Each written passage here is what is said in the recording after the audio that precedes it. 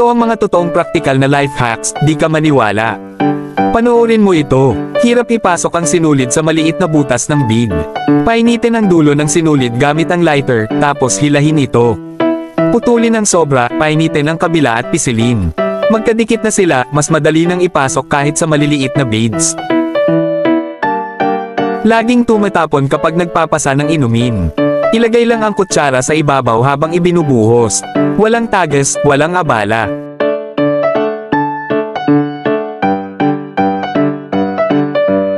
Masakit sa kuko ang maglagay ng susi sa kiring.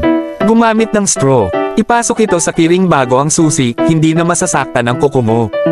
Para sa madali ang pagtanggal ng balat ng kamatis, tusukin ang ilalim gamit ang chopstick, roast sa mahinang apoy. Kusang matatanggal ang balat, paborito ito ng mga bata. Malinis na pagbukas ng yogurt box. Ipasok ang straw, paikutin clockwise, bunutin, saka buksan ang seal. Malinis at walang sayang. Maitim na alahas. Lagyan ng foil mula sa gamot, asin, toothpaste, suka, at mainit na tubig sa isang tasa.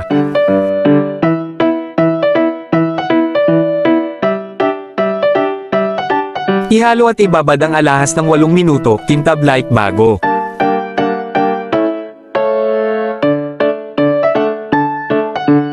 Itim at sunog na ilalim ng kaldero.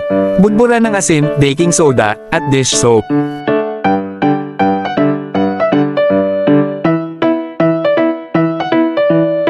Pairan, lagyan ng suka, ibabad ng 30 minuto, saka banlawan. Balik ningning ang kaldero.